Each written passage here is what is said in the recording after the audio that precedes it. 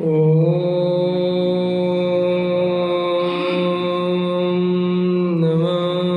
सिद्धेभ्यः। ॐ नमः सिद्धेभ्यः। ॐ नमः सिद्धेभ्यः। निर्मल ज्ञान परिठिया कम कलंक डरेबी। अपाल तौजेण परु ते परम पिड़बेबी। सब करम मल का नाश कर हर प्राप्त कर निज जो लीन निर्मल ध्यान में नम कर निकल परमात्मा। संगत मानस जिनके गुणों की गान में वे वर्तमान मान जिन विचरे हमारे ध्यान में। आचार्य योगेंद्र देव द्वारा कृत योग सार ग्रंथ गाथा 19 अपना से प्रारंभ कर रहे हैं। ये चर्चा अपनी हो गई है कि गृहस्थी में भी जीव को आत्मा की अनुभूति हो सकती है, धर्म का प्रारंभ हो सकता है, सम्यक दर्शन की प्राप्ति हो सकती है। इसलिए घर गृहस्थी को छोड़कर सम्यक दर्शन प्राप्त करने जाना वास्तव में कोई वैसा उपाय नहीं है। घर गृहस्थी तो जब जीव मुनिराज बनते हैं तब जाके घर गृहस्थी छोड़ी जाती है। उसके पहले देखा देखी घर गृहस्थी छोड़ना वो कोई समझदारी नहीं है। आचार्य कहते हे उपाधि का निर्णय करे तो सम्यक दर्शन की प्राप्ति हो जाती है। अब आगे की गाथा प्रारंभ करते हैं। 19 नंबर की गाथा आज से प्रारंभ करते हैं। जिनेन्द्र देव का स्मरण परम पद का कारण है। जिण सुमिरहु जिण चिंत बहु जिण जायु सुमिणे। सो जा हम तय परम पहु लब्बई कखड़ेण। तुम करो चिंतन स्मरण हर ध्यान बस एक क्षण में परम पद की प्राप्ति हो इस कार्य। क्या कहते हैं? शुद्ध भाव से जिनेन्द्र का स्मरण करो, जिनेन्द्र का चिंतन करो, जिनेन्द्र का ध्यान करो। ऐसा ध्यान करने से एक क्षण में परम पद की प्राप्ति हो जाती है। हे आत्मा, वीतरागी परमेश्वर और तेरे आत्मा में स्वभाव से कुछ अंतर नहीं है, वर्तमान पर्याय में अंतर है। भगवान की दशा पूर्णानंद रूप हो गई है और तेरी दशा में राग है, मलिनता है। आत्म स्वभाव और भगवान के स्वभाव में कुछ अंतर नहीं है। इसलिए यहाँ कहते हैं कि केवल ज्ञानी परमेश्वर ने जैसा भगवान आत्मा देखा है वैसा ही आत्मा जिसके श्रद्धा ज्ञान में बैठा है वह धर्मी जीव बारंबार भगवान आत्मा का स्मरण करता है। वह राग का, निमित्त का या संयोग का स्मरण नहीं करता। देखो क्या कहते, शुद्ध भाव से जिनेन्द्र का स्मरण करो। अब जिनेन्द्र का स्मरण करने का मतलब क्या है? जिनेन्द्र देव का स्मरण करने का मतलब क्या है? एक व्यक्ति पूजा करी अभी 1.5 घंटे, समझ में आया कि नहीं? लेकिन जिनेन्द्र देव का स्वरूप नहीं समझता। समझ में आया? अपनी आत्मा को और जिनेन्द्र देव को एक समान नहीं मानता, तो तो वो जिनेंद्र देव का स्मरण कर ही नहीं सकता। जिनेंद्र देव का स्मरण करने का मतलब महावीर भगवान को याद करना, आदिनाथ को याद करना, ये अर्थ नहीं है। ये तो व्यवहार में है। वास्तव में स्मरण क्या है कि जिनेंद्र देव माने हे भगवान मैं आपके जैसा ही हूँ। जैसे आप वीतरागी स्वभाव में रमते हो ऐसे ही मेरा स्वभाव है। जैसे आप परिपूर्ण हो ऐसे ही मैं परिपूर्ण हूँ। जैसे आप केवल ज्ञान को प्रकट करके अनंत सुखी हुए हो ऐसे ही मेरे में भी स्वभाव है। और मैं भी अपने स्वभाव के अवलंबन से जैसे आप अपनी आत्मा के आश्रय से सुखी हुए मैं भी हो सकता हूँ। ये वास्तव में जिनेंद्र देव का स्मरण है। जिनेंद्र देव के सामने उनके गुणानुवाद करना, उनकी भक्ति करना और अपने को भूले रहना, ये कोई जिनेंद्र देव का सच्चा स्मरण नहीं है। ऐसा वैसा क्यों? ऐसा इसलिए कि जिन दर्शन में भगवान करता धरता नहीं है, भगवान अच्छा बुरा नहीं करते, तो जब भगवान अच्छा बुरा करते नहीं तो फिर जिनेंद्र देव का तो स्मरण करता किस लिए? तो दूसरा उद्देश्य होना चाहिए ना भैया। देखो, एक अजैन लोग मंदिर आते हैं और एक जैनी मंदिर आता है, तो एक व्यवहारी मंदिर आता है, समझ लो एक अज्ञानी भी मंदिर आता है और एक ज्ञानी भी मंदिर आता है। तो अज्ञानी का लक्ष्य क्या है मंदिर आने का? कि मुझे पुण्य की प्राप्ति हो, मुझे अनुकूलता की प्राप्ति हो, समझ में आया? और भगवान मेरा सब सुख दुख हर लेते हैं, ऐसा समझ लो। और ज्ञानी भी मंदिर आता है, तो अब ज्ञानी की तो ये मान्यता नहीं है, तो फिर ज्ञानी मंदिर क्यों आता है? भाई ज्ञानी को तो भगवान से ना तो इस तरह की मान्यता है, ना इस तरीके का कोई प्रयोजन है, तो ज्ञानी फिर मंदिर क्यों आता होगा? ज्ञानी का उद्देश्य क्या है मंदिर आने का? वो अपनी वजह से करता है, अपनी कुछ देखता है। हाँ, जिन दर्शन कर निज दर्शन पोष, क्योंकि बिना प्रयोजन के तो कोई आता नहीं। भाई तुम भी मंदिर आए हो तो कोई प्रयोजन ही से तो आए हो। तो वो कहते कि ज्ञानी का प्रयोजन क्या है? ये जिनेंद्र भगवान जैसे आप हो वैसा ही मैं हूँ। और मैं घर गृहस्थी में भूल जाता हूँ तो आपकी शरण में आ जाता हूँ, तो मुझे याद आ जाता है कि मैं संसारी नहीं हूँ, मैं मनुष्य नहीं हूँ, मैं रागी द्वेषी नहीं हूँ, मैं विवेक कुमार नहीं हूँ, मैं मनुष्य नहीं हूँ, मैं पिता नहीं हूँ, मैं पुत्र नहीं हूँ, ये सब मैं नहीं हूँ, मैं तो बिल्कुल आपके जैसा ही हूँ। तो ज्ञानी मंदिर में इस प्रयोजन से आता है। उसे ना पुण्य की चाह है, ना अनुकूलता की चाह है, ना रुपया पैसा, कुछ नहीं चाहिए उसे तो जिनेंद्र देव वीतरागी छवि मुद्रा देखकर हे भगवान हो मेरी ऐसी दशा, हे भगवान जल्दी से जल्दी मेरी दशा तुम्हारे जैसी हो जाए, मैं तो इसलिए बार बार आपके पास आता हूँ। समझ में है? और मुझे कुछ लेना देना नहीं है। ये प्रयोजन से जो दर्शन करने आएगा, इस भाव से जो दर्शन करने आएगा, आचार्य कहते वो सच्चा जिनेंद्र देव का स्मरण करता है। और जो जानता ही नहीं भगवान का स्वरूप, परंपरा से पूजा करने आ गए, परंपरा से पाठ पढ़ लिया, भक्ति कर ली, चावल चढ़ा लिए और अपने पूजा पाठ गा बजा के चले गए, कोई अंदर में भाव नहीं, तो वो कोई सच्चा जिनेंद्र देव का स्मरण नहीं है। इसलिए अज्ञानी जीव ऐसा कहे, अभी कोई गाथा उठा के ले आए कि देखो साहब लिखा है, कहाँ आत्मा लिखा है जिनेंद्र देव का स्मरण करने से परम पद की प्राप्ति होती है। और इसका तर्क है, अगर जिनेंद्र देव का स्मरण करने से परम पद की प्राप्ति होती है तो आज तक क्यों नहीं हुई? खूब जिनेंद्र देव का स्मरण किया, समझ में आया कि नहीं आया? यही जनवाणी कह रही है कि अनंत बार मुनि बने, तो उसमें जिनेंद्र देव का स्मरण किया होगा कि नहीं किया होगा? अब आजकल के साधु भी खूब माला फेरते रहते हैं, खूब भगवान की खूब स्मरण करते, रात और दिन करते, तो फिर मुक्ति क्यों नहीं होती? कसाय क्यों नहीं मिटती? समझ में आया? अंदर की मान्यता क्यों नहीं बदलती?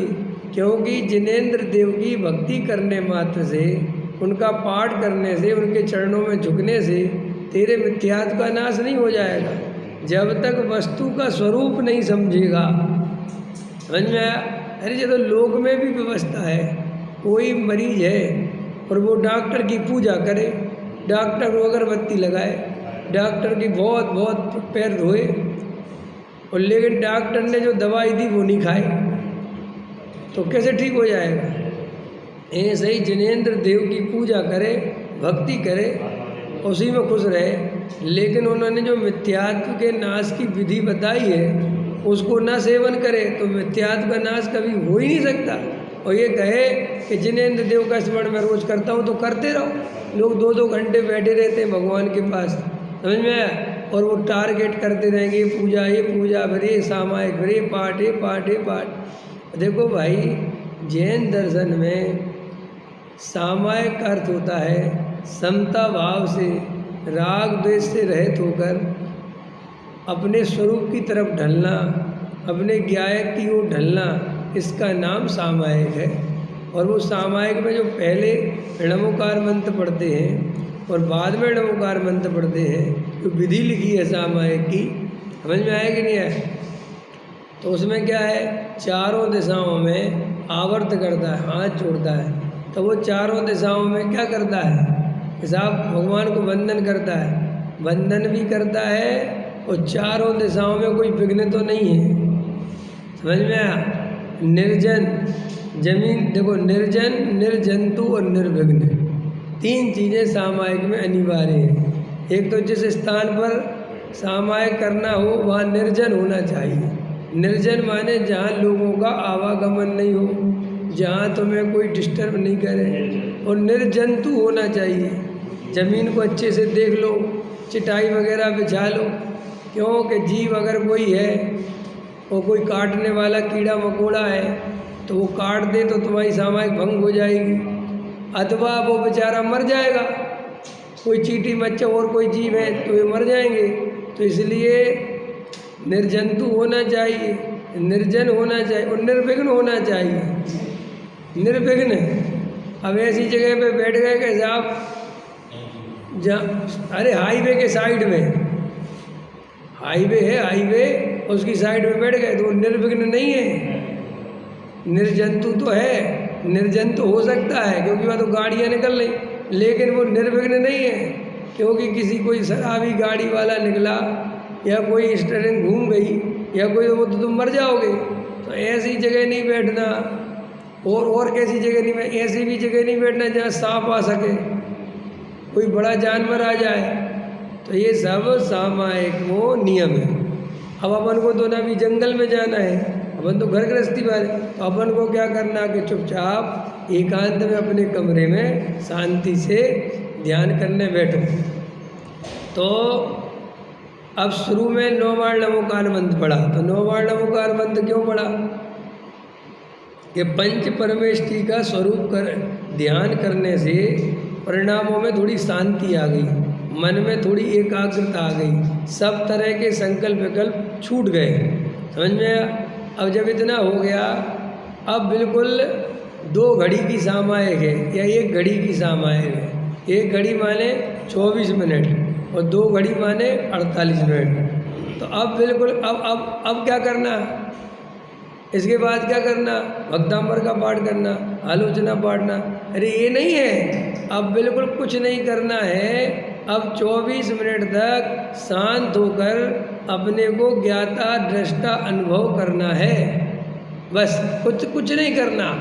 और फिर लास्ट में जब अपने को बाहर हो गए तो फिर नमोकार मंत्र पढ़ा, वो खत्म। तो डॉक्टर साहब कहते हैं कि सामायिक तो ये है, और लोगों ने बीच में वो खाली समय में भर्ती कर दी। वो खाली समय था, उसमें कुछ करना नहीं था, कुछ पढ़ना नहीं था, कुछ बोलना नहीं था, शांत होकर आत्मा का अनुभव करना था। और हमने क्या किया, उसमें भक्तांबर पढ़ लो, आलोचना पढ़ लो, 3-4 तरह के पाठ पढ़ लो, तो 24 मिनट हो गए, 48 मिनट हो गए। बोले हो गई सामायिक। अरे बोले सामायिक कहाँ हुई? तो सामायिक पाठ हुआ, समझ में आया कि ना? प्रेम भाव सब जीवों में, वो सामायिक भाव पढ़ते तो वो तो पाठ है, वो आलोचना पाठ है, वो आलोचना नहीं है। वो समझ में आया कि नहीं? लेकिन लोगों को ये पता ही नहीं है सामायिक करना क्या है। ऐसे ही जिनेंद्र देव की पूजा करना, भक्ति करना, उनका स्मरण करना, इसका भावार्थ क्या है ये अपने को पता ही नहीं है। अपन जिनेंद्र देव की भक्ति पूजा पाठ क्रिया कांड को समझते हैं। अपन ने पूजा पाठ बोल लिया, चावल चढ़ा दिए, बस अपन सोचते हो गई साहब पूजा। ये पूजा नहीं है। वो कहते पूजा कौन सी है? जिसमें तुम्हारी आत्मा की दृष्टि हो, जिसमें तुम्हारा जिनेंद्र देव के जैसा बनने का भाव हो। आया समझ में रमेश जी? ये तब जाके पूजा होती है और ऐसे चिंतवन से कर्म का नाश होता है। ऐसे चिंतवन से, समझ में आया? खाली पूजा बोलने से, उनके दर्शन करने से, सम्य सागर का चक्कर काटने से कोई कर्म का नाश नहीं होता। क्लियर हो गई ये बात? तो देखो क्या कहते हैं गुरुदेव श्री, हे आत्मा, वीतराग परमेश्वर और तेरे आत्मा के स्वभाव में कुछ अंतर, मेरा स्वभाव और जिनेंद्र देव का स्वभाव एक समान है, बिल्कुल एक जैसा। समझ में आया? और जो अंतर है वो काय का है? पर्याय का। और पर्याय के अंतर से मुझे कुछ लेना ही देना नहीं, क्योंकि मैं पर्याय हूँ ही नहीं। पर्याय मेरा स्वरूप है ही नहीं। मैं पर्याय का कर्ता धर्ता हूँ ही नहीं। आया समझ में कि नहीं? तो साहब फिर हम पर्याय में शुद्धता रहने दें, हम कुछ नहीं करें। तुम करोगे तो और अशुद्धता बढ़ेगी। ये स्वरूप ऐसा है। तुम कुछ नहीं करोगे, स्वभाव की दृष्टि करोगे, पर्याय से दृष्टि तोड़ोगे तो पर्याय में शुद्धता आएगी। ऐसा ही स्वरूप है। जो लोग ऐसे प्रवचन से ये सोचते हैं कि हम पर्याय की चिंता करना छोड़ देंगे तो हम स्वच्छंदी हो जाएंगे, ऐसे बहुत लोगों को ये रहता है। जैसे अपन ये बात कहो ना कि पर्याय में अंतर है तो मुझे क्या लेना देना, मैं पर्याय हूँ ही नहीं, तो लोगों को क्या लगता है ये तो स्वच्छंदी हो जाएगी, ये तो एकदम वैसी बात हो गई। ये वैसी बात नहीं हो गई, असली बात ही ये है। पर्याय का पक्ष रखकर, पर्याय की दृष्टि रखकर, अपने को रागी द्वेषी मानकर कोई भी जीव कभी भी वीतरागी हो नहीं सकता, अपने स्वभाव की प्राप्ति नहीं कर सकता। कई लोग ऐसा मानते, स्वभाव से तो मैं शुद्ध हूँ और पर्याय में मैं अशुद्ध हूँ। क्या मानते हैं? स्वभाव से शुद्ध हूँ और पर्याय में अशुद्ध हूँ। ठीक है, ये बात बिल्कुल ठीक है, इसमें कोई दिक्कत नहीं। लेकिन तेरा जोर पर्याय पे से हटना चाहिए, पर्याय की दृष्टि हटना चाहिए, पर्याय में से अपनापन हटना चाहिए और अपने स्वभाव में अपनापन होना चाहिए, तब जाके सही बात है। अरे साहब पर्याय में तो शुद्ध हैं, स्वभाव से शुद्ध हैं, हम तो दोनों बात मानते हैं। और हम तो पर्याय की मलिनता को भी जानते हैं और स्वभाव की शुद्धता को भी जानते हैं। और जब तक पर्याय की मलिनता दूर नहीं होगी तब तक स्वभाव की होने से क्या होता है, तो उसका जोर जो है वो पर्याय पर है। अब वो पर्याय को शुद्ध करने का उपाय क्या है वो भी सुनो। उसको पर्याय को शुद्ध करने का उपाय स्वभाव की तरफ जाना नहीं दिखता, उसको पर्याय को शुद्ध करने का उपाय क्रिया कांड दिखता है। समझ में आया कि नहीं आया? वो सोचता है कि पर्याय अशुद्ध कैसे हुई, तो कहा साहब राग देश कसाय से पर्याय अशुद्ध होती है। तो वो सोचता है ये राग देश कसाय हुए क्यों, क्योंकि स्वभाव की तरफ तो दृष्टि है ही नहीं। वो सोचता है ये संयोगों के कारण, स्त्री पुत्र मकान दुकान के कारण ये मुझे राग देश होते हैं। ये जो खाने पीने का राग है ना, ये मुझे जो है ये किस, तो वो क्या करने लगता है कि इंद्रियों का दमन करता है। आज से मीठा नहीं खाएंगे, आज से नमकीन नहीं खाएंगे, आज से तेल नहीं खाएंगे। समझ में आया कि नहीं? और 2-3 दिन तकलीफ होती है, फिर 2-4-6 दिन बाद वो सेट हो जाता है। तो वो सोचता है देखो एक राग छूट गया, माने इतनी शुद्धता हो गई। इसको क्या मानता है? शुद्धता हो गई कि नहीं? शुद्ध भोजन करने लगे और अशुद्ध भोजन का राग छूट गया, तो वो कहता है पर्याय में इतनी निर्मलता आ गई। अब ऐसे ही वो निर्मलता करने का उपाय मुनि बनना सोचता है कि और त्याग व्रत हो जाए, और नियम व्रत ले लें, समझ में आया? साधु बन जाओ, तो वो सारा जोर पर्याय पर्याय में लगा रहता है और उसे द्रव्य स्वभाव की खबर ही नहीं है। खबर नहीं मैंने जानता है कि आत्मा स्वभाव से शुद्ध है, लेकिन इस स्वभाव के आश्रय से शुद्धता आती है, इस तरफ ध्यान नहीं है। ध्यान किस तरफ है? दृष्टि किस तरफ है? दया, दान, पूजा, व्रत, उपवास, समझ में आया? नियम, संयम, इनसे मेरी पर्याय में शुद्धता आएगी। उसके अंदर में ये मान्यता पड़ी हुई है। और जो उसको दया, दान, व्रत, पूजा, भक्ति करते नहीं दिखते, उन्हें समझता है कि ये सब स्वच्छंदी है। पकड़ में आएगी नहीं? ये बिल्कुल सरल गणित है और ये गणित सामान्य दुनिया को सही लगता है,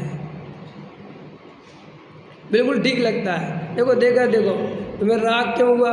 देखो अभी देखो अपन शुरुआत चलो, अगर तुम्हारी शादी नहीं होती तो इतनी झंझट खड़ी होती क्या? बात तो सही। तो अब सही है तो इसका अर्थ क्या है कि मुझे जो राग हो रहा है, जो कसाय हो रही है, वो शादी के चक्कर में हो रही है। समझ में? तो क्या उपाय है कि शादी नहीं करते, ब्रह्मचारी बन जाते तो बिल्कुल बढ़िया रहता। ऐसे बहुत सारे लोग सोच के ब्रह्मचारी बन जाते हैं। आया समझ में कि नहीं? और वो सोचते हैं कि हम तो बहुत अच्छे हैं। हमने कई ब्रह्मचारियों को सुना, हम तो बहुत आनंद करते हैं। हमने कहा क्यों करते हो? बोले हमारे बाल ही बच्चे नहीं, हमने घर गृहस्थी नहीं है, तुम्हारे जैसे बंधे हुए थोड़ी हैं, हम तो स्वतंत्र हैं। जब जाए जहाँ चाहे वहाँ चले जाते, वो उसे सुख मानता है। जब जाए जहाँ चले जाएं, इसमें सुख मानता है। समझ में? हमें किसी के डर नहीं पड़ा, हम किसी के, तो इसमें सुख है क्या? तो इसको सुख मानता है क्या? समझ में आया कि नहीं आया है? और जो तेरे को दूसरे टाइप के दुख चलते हैं, समाज की शिकायत, रहने की व्यवस्था नहीं दी समाज ने, समय पर भोजन नहीं दिया समाज ने, तो तेरे को जो कसाय भड़कती है वो कसाय नहीं है क्या? वो कसाय मानेगा कि नहीं मानेगा? लेकिन उस तरफ ध्यान ही नहीं उसका। कई लोगों के दिमाग में है, जैसे स्त्री पुत्र मकान दुकान को लेके कसाय होती है, उसे मोह मानता है। ये देखो कितना अंदर में मिथ्यात्व बड़ा है। और समाज को लेके जो कसाय होती है, उसे मोह नहीं मानता, उसे कर्तव्य मानता है। नहीं समझे? जैसे कोई ब्रह्मचारी है और वो कौन सी होती, खिचियानी बिल्ली की तरह खिचिया रहा है, और उससे कहो कि देखो पंडित जी, ब्रह्मचारी जी, आपको कसाय नहीं कर, कहाँ कसाय कर रहे हैं? ये आप कसाय तो कर रहे, क्रोध मान। अरे भाई साहब, ये कोई कसाय है क्या? हम तो धर्म के लिए कर रहे हैं, हम पे तो धर्म की वो देख ही नहीं जाती। आप विनय कैसी रख देते हो जिनवाणी? अरे पंडित जी, हम गुस्सा थोड़ी कर रहे हैं, हम तो जिनवाणी के प्रति जब विनय जी जिनवाणी, तो वो धर्म के लिए की गई कसाय, धर्म के नाम पर, धर्म के लिए नहीं साहब, धर्म के लिए। अरे धर्म के लिए कसाय की नहीं जा सकती, क्योंकि धर्म तो वस्तु का स्वरूप है, उसमें कसाय कहाँ कर सकते हो? तो क्रियाकांड के नाम पर, देवसास गुरु के नाम पर की गई कसाय कोई कसाय नहीं मानता। बोलो, जे कई महाराज मंदिर कब्जाने में लगी रहते हैं, उनको लगता है कि ये कसाय कर रहे हैं। बोलो, वे तो सोचते हैं हम धर्म का उत्थान कर रहे हैं। समझ में आया कि नहीं आया? ये महाराज आपसों में झगड़ा करते रहते हैं, और एक महाराज छोटे और एक महाराज बड़े, तो उनसे कहो कि ये महाराज कसाय, काहे की कसाय? माने लोक में वो स्त्री पुत्र मकान दुकान वाली कसाय कसाय, और धर्म के नाम पे कोर्ट कचहरी लड़ रहे हो, किसी को लगती है ये कसाय? बोलो, आप लोग मंदिर में जो कसाय करते हो धर्म के नाम पर, ये पूजा पाठ में कसाय करते हो, किसी को लगती कि हम कसाय कर रहे हैं? गलत बात है। सब कहते हैं तो हम धर्म के लिए कर रहे हैं जी, ये धर्म है, पहले तो नक्की करो। अरे भाई, धर्म तो छोड़ो, ये पुण्य भी नहीं है। और अज्ञानी जीव ये स्त्री पुत्र मकान दुकान के राग को राग मानता है, बाकी के समाज के, मंदिर के, शास्त्र के, मानादिक के, बड़ी प्रतिष्ठा पाने के राग को राग ही नहीं मानता। कोई ब्रह्मचारी कसाय कर रहे हो और तुम जाके कहना कि पंडित जी आपको कसाय नहीं करनी चाहिए। हम कसाय कहाँ कर रहे हैं भैया, हमने तो स्त्री पुत्र आदि छोड़ दिए, हमारे तो कोई कसाय है ही नहीं। तो फिर ये क्या कर, अरे ये तो हम धर्म के लिए कर रहे हैं। ये भेद इसने अपनी कल्पना से करा है, वस्तु के स्वरूप में ऐसा भेद नहीं है। बोलो, तुम मंदिर में तुम दिन भर लगे रहे, आज शिविर में लगे रहे, व्यवस्था बनाते रहे, तुम्हें लगता है कि तुम कसाय कर रहे हो। लेकिन अगर वही दिन भर फैक्ट्री में लगे रहे और दिन भर फैक्ट्री में लगे रहे तो लगता है कि कसाय कर रहे हैं। हमें वास्तव में ये मंदिर के कार्यों में, ये धर्म के नाम पे क्रिया कांड में ये कसाय है, ये हमें कभी लगता ही नहीं। इसको तुम बहुत बड़ा धर्म मानते हैं। एक आदमी दिन भर मंदिर में लगा रहा, घबरा ना नहीं, यहाँ बच्चों को प्रसाद बांटते रहे, तुम समझ में 1000 बच्चों को लगे रहे। अब मैं आऊँ और मैं कहूँ कि भजन सिंह जी इतना अधर्म करने में लगे हो, थोड़ा धर्म कर लो। हैं, क्या धर्म कर रहा हूँ भैया, क्या कर दिया मैंने?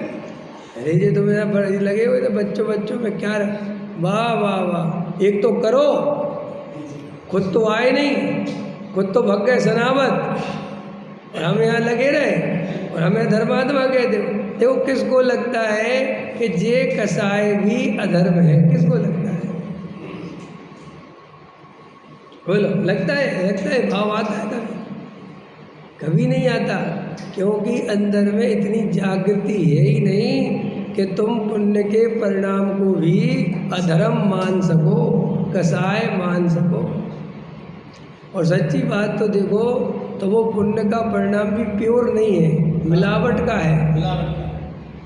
उसमें कम से कम 50% जो गड़करी मिला रहा ना आजकल, एथल क्या मिला रहा है, वो गन्ने का रस पेट्रोल में, एथोल क्या वो एंथेक्स, समझ में आया कि नहीं आया?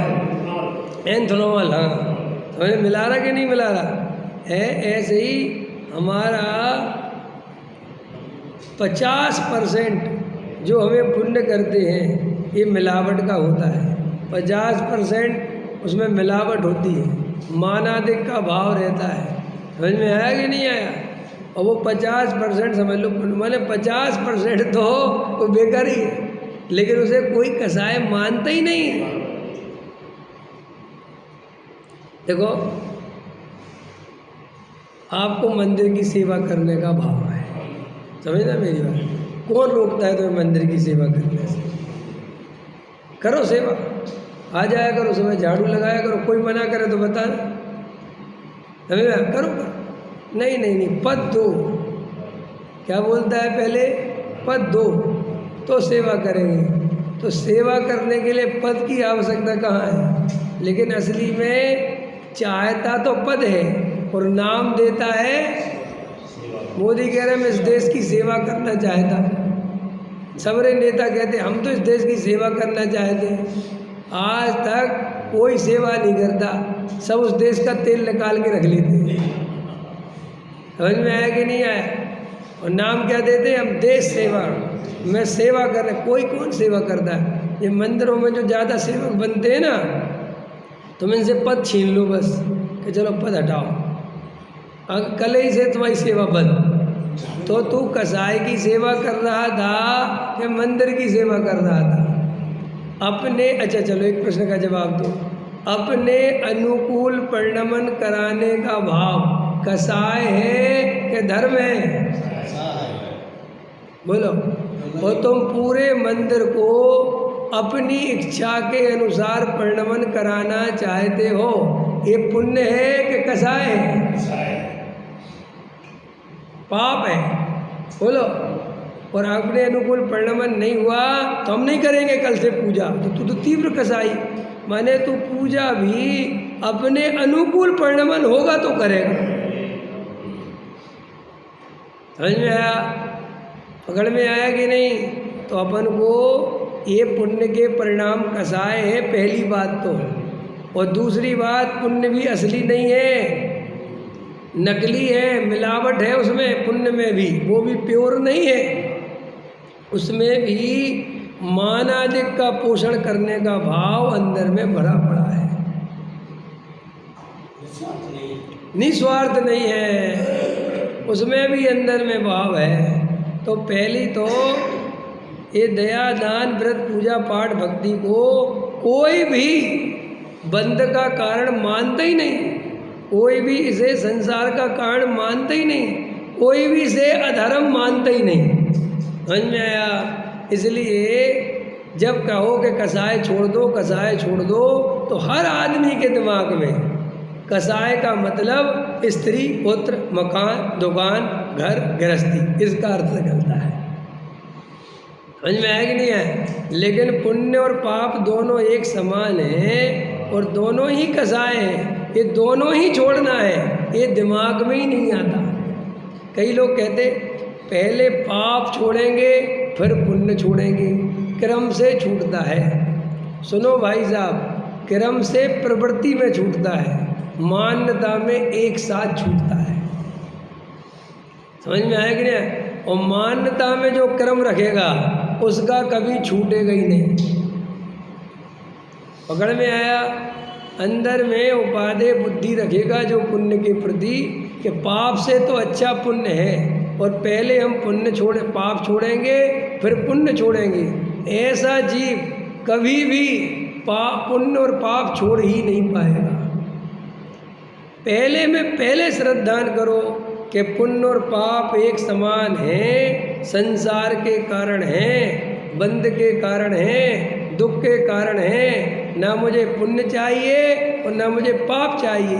मंदिर में जो बिताया हुआ समय है वो कोई धर्म नहीं है, वो पुण्य का परिणाम है, उससे भी मेरा भला होने वाला।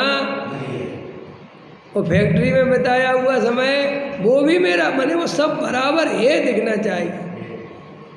कई लोग कहते अरे पहले फैक्ट्री तो छोड़ दो फिर मंदिर छोड़ना, कहते कि नहीं कहते हैं? अरे पंडित जी बड़ी बड़ी बातें करते हो, पहले फैक्ट्री तो छोड़ दो। सुनो, घर गृहस्थी में, अब खतरनाक बोल रहा हूँ, घर गृहस्थी में जितने भगवान जरूरी हैं उतनी फैक्ट्री जरूरी है।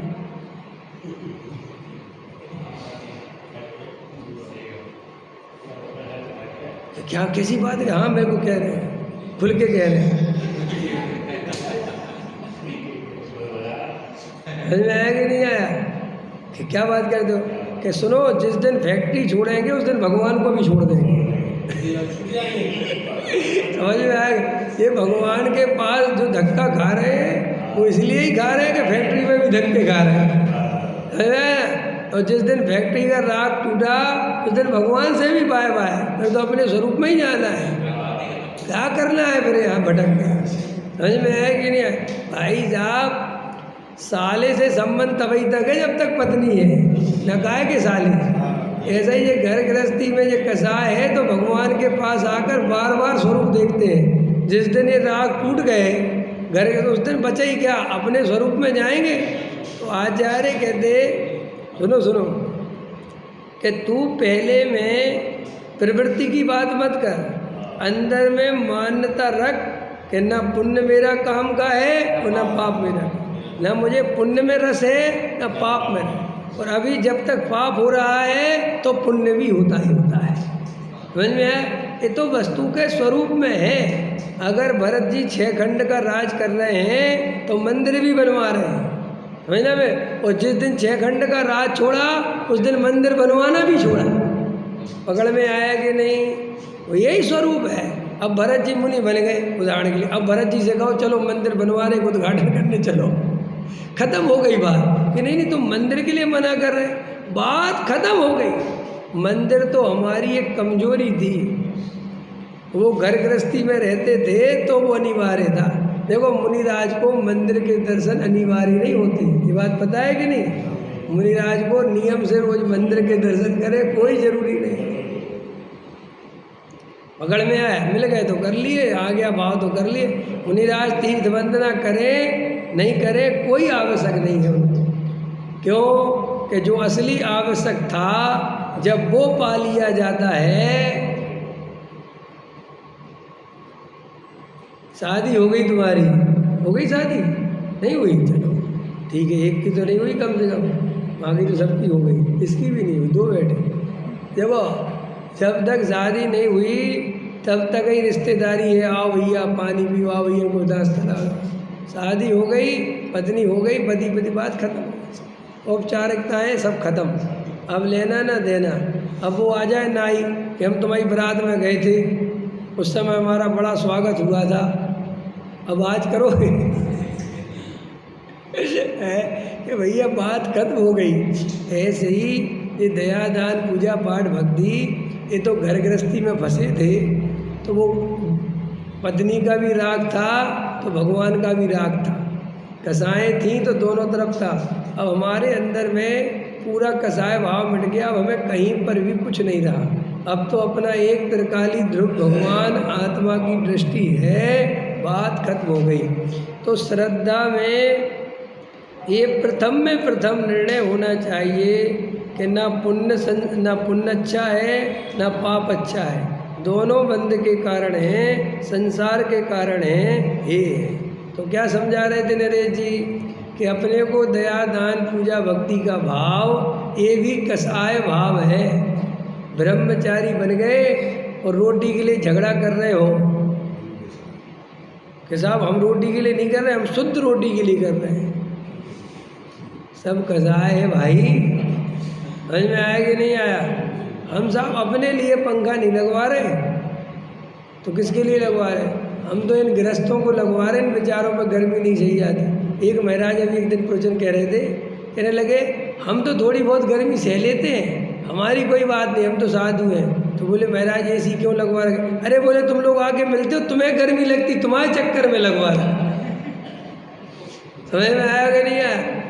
अब उस साधु से पूछो कि ये कसाय भाव है, वो मानेगा? वो कहता काहे का कसाय भाव, ये तो दया का भाव है। अभी एक साधु बोल रहे, अब खुल्लम खुल्ला बोलते, बोले कि साहब प्रश्न पूछा कि आजकल कई महाराज फ्लैश वगैरह यूज करने लगे, फ्लैश वगैरह, समझ में ये अच्छा है कि नहीं? तो बोले देखो जहाँ तक हो तो नहीं करना चाहिए, वैसे ठीक नहीं है, दोस्त तो है, फिर भी यदि कोई कर लेता है तो वो कोई अपूजनीय नहीं हो जाता, अवंदनीय नहीं हो जाता। अब ऐसी व्यवस्था है, अब शहरों में जाते हैं और वहाँ पर जो गृहस्थ छत-वत पे व्यवस्था करते हैं और आजू बाजू में खाली प्लॉट में करते हैं, अब वहाँ साफ नहीं हुआ, गंदगी साफ नहीं हुई तो कहाँ जाएं? क्या भाई अपना मल रोक के बैठे रहें, बीमार नहीं पड़ जाएंगे? समझ में? इसलिए कोई बात नहीं, अगर ऐसा हो जाता है यूज कर लेते तो कोई आफत नहीं आएगी। जनता ताली बजा देती है क्योंकि जनता सोई हुई है। अब इसमें एक प्रश्न इतना बनता है कि महाराज को जब पता है कि शहर में जाके मेरी चर्या का पालन नहीं होगा तो शहर गए क्यों? भाई जब द्रव्य क्षेत्र काल भाव हो, जब साफ साफ लिखा है कि मुनि को वहाँ रहना चाहिए जहाँ उसकी निर्दोष चर्या का पालन हो सके। अब तुम दिल्ली शहर में, बम्बई शहर में, बड़े बड़े शहरों में रह रहे हो और यहाँ पर शराब को ऊपर कह रहे हो कि साहब हम क्या करें, हमारी चर्या पलती नहीं, यहाँ गर्मी इतनी पड़ती है, अब एसी लगाना पड़ेगा। तो भाई जब लगाना ही पड़ेगा, यहाँ तो घोंट है, कमरों में बंद है, खुला तो है नहीं। लेकिन आज भी गांव वगैरह में चले जाओ, छोटी जगहों पर चले जाओ तो बिल्कुल एसी वेसी नहीं चलाते लोग। समझ में आया? क्योंकि अवन बड़े पंडित जी रहते थे, कितने बार बुलाया अपन ने दिल्ली, क्यों नहीं आए? वे तो जबकि श्रावक थे, क्यों नहीं आए? तो एक ही बात कहते थे कि देखो भैया तुम्हारी दिल्ली में हमारे योग्य चर्या नहीं हो पाएगी। कि नहीं आपको क्या चाहिए? हम वैसे ही कर देंगे। अरे तो तुम हमारे उद्देश्य से इतना करोगे, इससे तो और ज़्यादा पाप बंधेगा। अब मान के चलो उदाहरण के लिए कि वो कह दे पंडित जी के मैं आ रहा हूँ, कि हम करना क्या है कि भाई हम पंखा तो चलवाते नहीं, कि हाँ बात तो ठीक है, एसी तो हम चलवाएंगे नहीं, ये भी बात तो ठीक, तो करना क्या है कि तुम दीवारें तोड़ दो हवा आने के लिए। क्या कर दो? ये सबरी दीवारें तोड़ दो, ऊपर से भी इधर तोड़ दो, इधर से भी तोड़ दो, तब हवा आएगी। एक बार भिंड में आने के लिए उन्होंने कहा कि मैं आ रहा हूँ, हाँ भिंड में आए तो लोगों की 9-10 बजे आएंगे, 9 बजे, हाँ उन्होंने 6 बजे सफाई करके चालू करके हाँ वो 6 बजे आए। हाँ देखा कौन से पानी सब सफाई हो रही हाँ चली गई। चले गए। समझ में आया कि नहीं है? मतलब देखो जैन दर्शन में व्रत आदि भी दूसरों के भरोसे नहीं लिए जाते हैं। पानी छान कर पीने का नियम वो ही लेवे जो स्वयं छान कर पीवे। जो दूसरों के भरोसे छना हुआ पानी पीता है वो छना हुआ पीता ही नहीं। आया समझ में कि नहीं? जैन दर्शन बड़ा खतरनाक है भाई साहब। जैन दर्शन में ऐसा नहीं चलता। तो अब वो साधु कह रहे थे, अब उन साधु से अगर अपन बैठे हो तो अपन को बैठने नहीं देते, भगा देते हैं। समझ में? अपन प्रश्न करें तो महाराज बताओ दिल्ली में जाने की जरूरत ही क्या थी आपको? क्या आपको नहीं पता था कि आपकी चर्या दिल्ली में नहीं पल सकती? क्यों गए आप? तो बोलते साहब दिल्ली में प्रभावना कैसे होगी? भाई साहब जो दिल्ली वाले सोचेंगे ये तुम नहीं सोचोगे। समझ में आया कि नहीं आया? भाई उनको अगर धर्म करना होगा तो वे तुम्हारे पास चल के आएंगे। जैसे चक्रवर्ती चल के जाता था मुनिराज के पास, मुनिराज नहीं जाते थे चक्रवर्ती के पास चल के, जाते थे क्या? आजकल ज़माना ऐसा आ गया, महाराजों से कहते हम तो तुम्हारे पास आ नहीं पाएंगे, हमारे पास तो टाइम नहीं। तो महाराज कहते हम तो फ्री है, तुम बताओ हम आ जा रहे हैं। आगे तुम आ जाओ। कहाँ आना है? कि आ जाए ना दिल्ली, आ जाओ दिल्ली में करो तुम चौमासा, फिर देखेंगे वहीं मीटिंग करेंगे। ऐसा साधु साधु हो सकता है? जो साधु ये कहे कि हम तो बहुत फ्री है वो साधु ही नहीं है। अरे साधु तो भैया अलौकिक चीज़ है। पंच परमेष्टि में शामिल करा, कितना बड़ा पद एक साधु को अपन ने दिया है। पंच परमेष्टि माने अरहंत सिद्ध आचार्य उपाध्याय साधु। तो साधु को ये तो समझना चाहिए कि मुझे अरहंत की बराबरी पे बैठा दिया तो मेरा कैसा आचरण होना चाहिए। तो वो कहने लगे कि साहब वो तो कुछ नहीं होता और ज़्यादा साधुओं के पीछे नहीं पड़ना चाहिए। अरे कम से कम इतनी गर्मी में सह तो रहे, थोड़ा बहुत कर तो रहे। ये बिल्कुल कह रहे थे वो खुल्लम खुल्ला। और मूलाचार में लिखा हुआ है कि जितनी बने उतना पालो, आगे कोई बात नहीं। अरे भैया ऐसे क्या कहा है, क्या लिखा है? पंडित जी कह रहे इसका मतलब तो आदि चर्या क्यों पालो, आदि छोड़ दो, जितनी बने उतनी पालो। एक पंडित जी कह रहे हैं कि जो है कोर्ट में जो है यूनियन नहीं करना चाहिए। हाँ तो मैंने कई जो मल क्या करने जाते हैं तो यूनियन का रबड़ से माने क्या है? हाँ जब मल करने जाएंगे तो साथ में यूनियन तो जाएंगे नहीं, वो वहाँ वो तो असत्य है। ऐसी बात कहने का तात्पर्य है कि सब द्रव्य क्षेत्र काल भाव साधु को बहुत पाप लगता है। देखो जैन दर्शन में प्रतिज्ञा नहीं लेने का तो कोई पाप नहीं है, लेकिन प्रतिज्ञा लेके भंग करने का बहुत पाप है। और ये तो बिल्कुल सच्ची बात है, इसमें क्या बात है भाई? एक आदमी शादी नहीं करे कोई बात नहीं, लेकिन शादी करके पत्नी की जिम्मेदारी नहीं उठाए, उसका भरण पोषण नहीं करे तो भाई साहब बहुत पाप है। नहीं समझ में आया कि नहीं आया? सच्ची बात है कि नहीं? ऐसे ही तुम प्रतिज्ञा नहीं निभा सकते थे तो प्रतिज्ञा नहीं लेते। तुमने प्रतिज्ञा ली और फिर प्रतिज्ञा तोड़ी तो इसका महापाप है। टोडामल जी साहब का पढ़ो आप, मोक्ष मार्ग प्रकाशक में प्रतिज्ञा का स्वरूप। उनने बहुत बारीकी से लिखा कि जैन दर्शन में प्रतिज्ञा लेना और तोड़ना ये बच्चों का खेल नहीं है। ये कोई खेल नहीं है कि कभी भी प्रतिज्ञा ले लो, कभी भी तोड़ दो, कभी भी कुछ कर। बहुत पाप लगता है और अपन ने प्रतिज्ञा को खेल बना रखा है। नहीं बना रखा?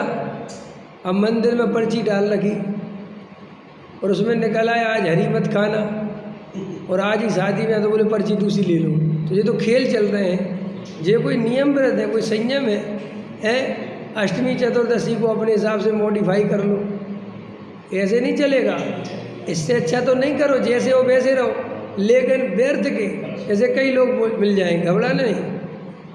10 लक्षण में हम साहब 5 हरी लेंगे। कितनी हरी लेंगे? 5 है। हाँ गिनवे में लगाए और 5 लेंगे। 5 ये वो सोचते बड़ा संयम है। समझ में आया कि नहीं आया? पहली तो बात ये है कि 5 ले ली, अब बचा क्या है उसमें? नहीं सर, ये 5 ले ली तो बचा क्या? मेरे तो ये समझ में नहीं आता। भाई 5 हरी से ज़्यादा लेता कौन है? क्या लेते? 5 हरी बहुत होती है। एक हमें एक मिले, हमारे मित्र थे, अब तो क्या है, बोले 10 लक्षण में जा रहे हो? मैंने उस समय हम पढ़ते थे, बोले हाँ मैं जा रहा। बोले मैं विवेक एक बात बता, कितनी हरी रखी तूने? मैंने कहा मैं तो ऐसे कुछ नहीं रखता। बोले मैंने 10 रख ली, 10 ले लूँगा। मैंने कहा के मत देना, 1 घंटा हंसेंगे और लोग, समझ में आएगी नहीं आए है? बोले यार 10 में तो काम चल जाएगा ना। उतने के पाप से तो बच जाएंगे। ये सब पता नहीं कौन बनियों ने जो बुद्धि लगाना सिखा दिया, अज्ञानतापूर्ण बिल्कुल, समझ में? अरे कुछ दम नहीं इन बातों में, कोई मतलब की नहीं है। अभी 5 हरी वाले देखो, तुम बैठना कभी भोजन करने तो बता, नींबू हो गई, 1 हरी मिर्च हो गई, 2 एप्पल हो गए, 1 केला हो गई, 5 हो गई हो। अरे अब तो सब्जी भी आ गई, तो एक काम करो मिर्ची हटा दो। यही चलता रहता है। अब वे सोचते हैं कि हम पता नहीं कितने नियम पाल रहे हैं। अरे काहे के नियम है? कौन से नियम है जी? समझ में आया? क्या दम है इन बातों में? अभी मैं कह रहा हूँ किसी दूसरे आदमी को बैठा हो तो 1 आध घंटा तो हंसे, तुम्हें देख 1 आध घंटा हंसेगा कि ये क्या करते रहते हैं लोग। फिर सुनो, सुबह गिन लेगा, और कई लोग ऐसे होशियार होते हैं, शाम को अलग लेंगे, सुबह अलग हरे लेंगे, लेकिन लेंगे 5। तो इसमें हुआ क्या कि टेस्ट का मजा बना रहा। भाई सुबह केला लिया था, शाम को एप्पल लिया, तो टेस्ट का टेस्ट और हरी 5 की 5 बनी रही। उसको पता ही नहीं है कि जैन धर्म में राग को तोड़ना है, राग को हटा। तू तो ये सब क्या करता रहता है? बस इधर की क्रिया उधर कर लेता है, इधर का किधर कर लेता है, समझ में आया? और सोचता बड़ा धर्म हो गया। साहब इस खाने में दाल मत परसो, इसमें परसो। खंड वाली दाली होती ना, खाने वाली, तो कहता इस वाले में दाल मत परसो, इसमें परसो। अरे जाएगी तो पेट में ही, चाहे तो इसमें परसवा ले, चाहे इसमें परसवा ले। ऐसे ही जो क्रिया कांड के नाम पर इधर उधर करके सोचता है कि बड़ा धर्म कर लिया। और सुनो, त्याग व्रत अंदर से तो हुआ नहीं, खाने का राग पड़ा हुआ है। सुबह 5 हरी की सल रहती है उसके दिमाग में, अंदर में कसा है ना, तो बड़ा टेंशन रखता है कि भैया 5 हरी में ये जरूर दे देना मेरे से नींबू बिना नहीं खाया जाता, तो 1 भले ही कम कर लेना। अरे भैया ये सब कोई धर्म नहीं है, ये क्रिया कांड है।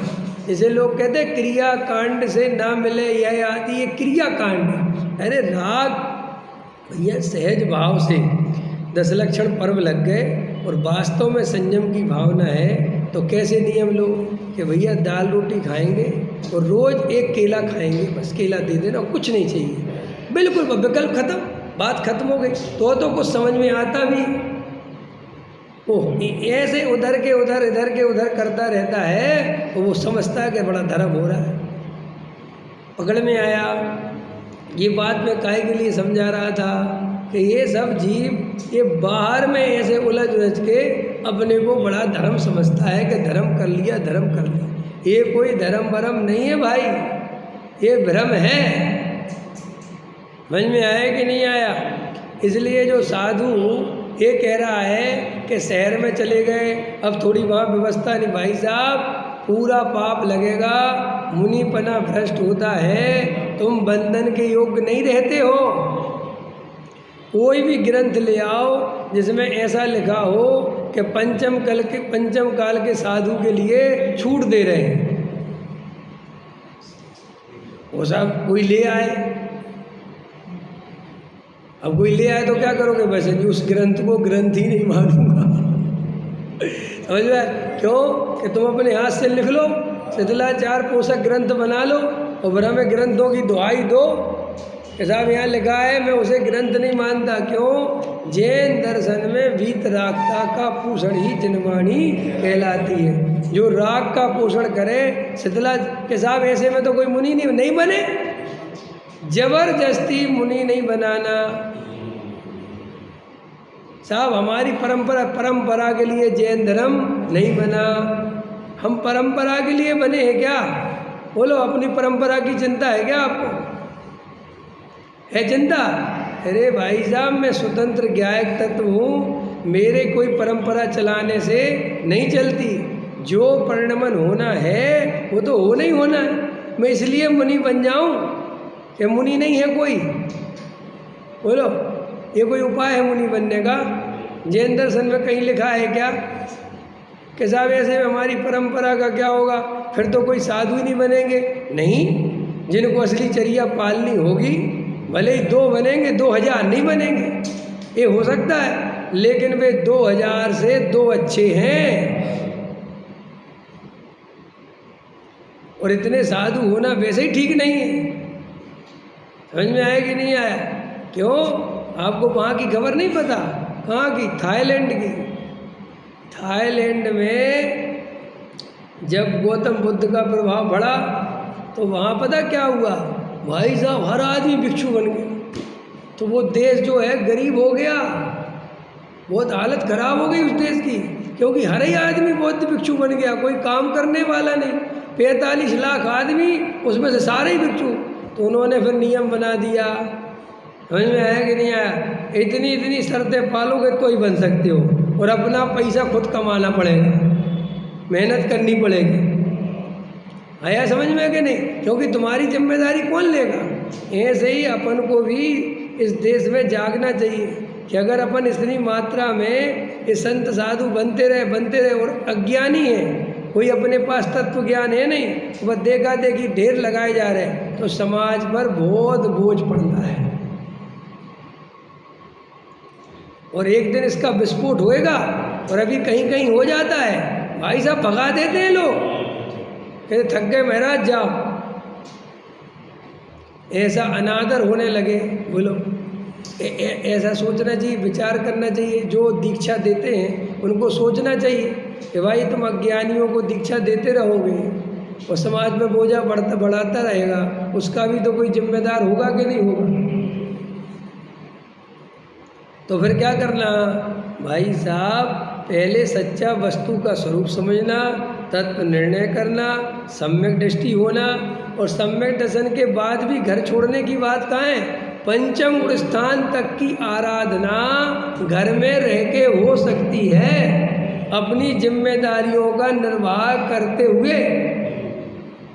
बोलो, आज अगर सही धर्म का स्वरूप समझे जो केवली ने बताया है, तो उसमें कहीं अड़चन है?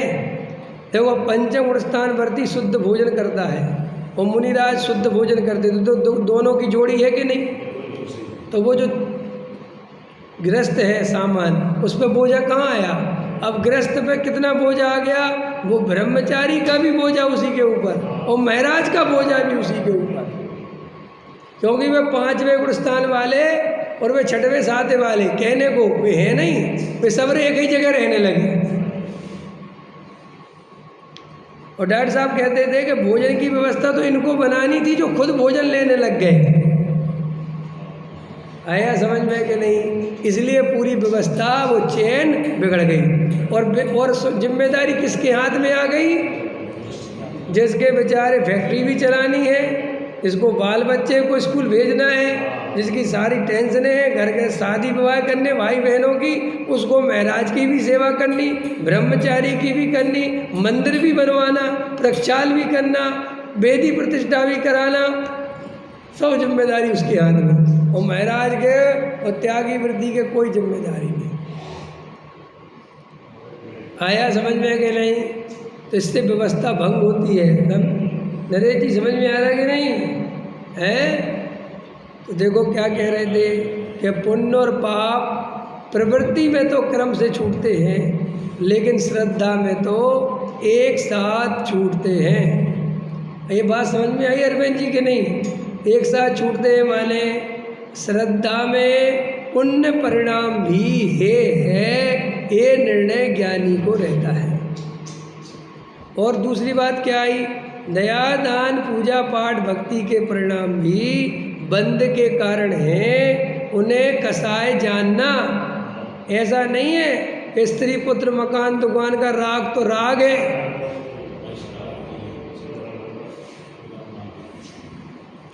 समझो, एक पंडित जी हैं और वे एक संस्था में काम करते हैं, ठीक है कि नहीं? और वहाँ की व्यवस्था देखते हैं। और एक दूसरे पंडित जी हैं, वे व्यापार करते हैं, है ना मेरी बात?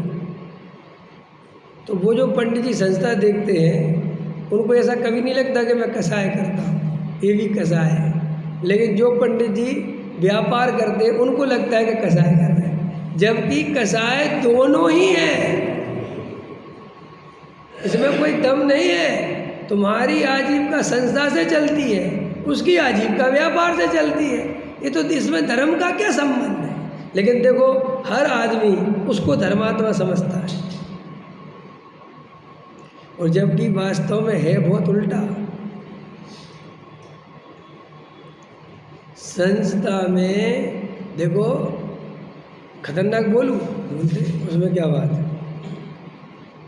लोग कहते मंदिर के पास घर बनवाओ, मंदिर के पास घर बनवाओ, कहते कि नहीं। मैं कहता हूँ थोड़ा दूर बनवाओ।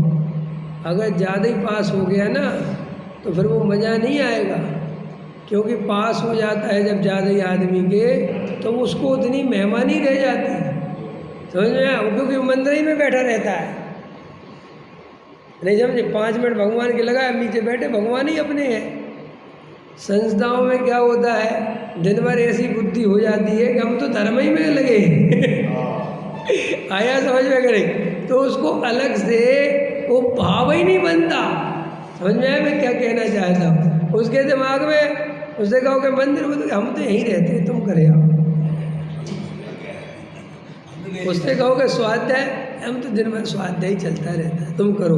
मैंने वो अपने आत्म कल्याण को भूल जाता है जी, समझ में।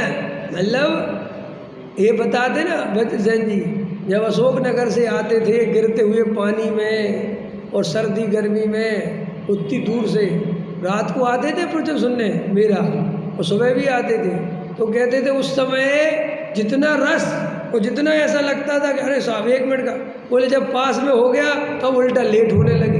पहले समय पे आ जाते थे और अब पास में भी चले जाएं, यहीं तो जाना है। देखो अंतर समझ में आया। तो ये मत कहो कि ज़्यादा निमित्तों के बीच में रह के जल्दी कल्याण होता है, नहीं, कभी कभी उल्टा भी पड़ जाता है। आदमी को आज ज़्यादा प्रवचन सुनने मिलने लग गए तो आदमी की परिणति ज़्यादा मैली हो गई, मैंने उतना उत्साह नहीं रह गया।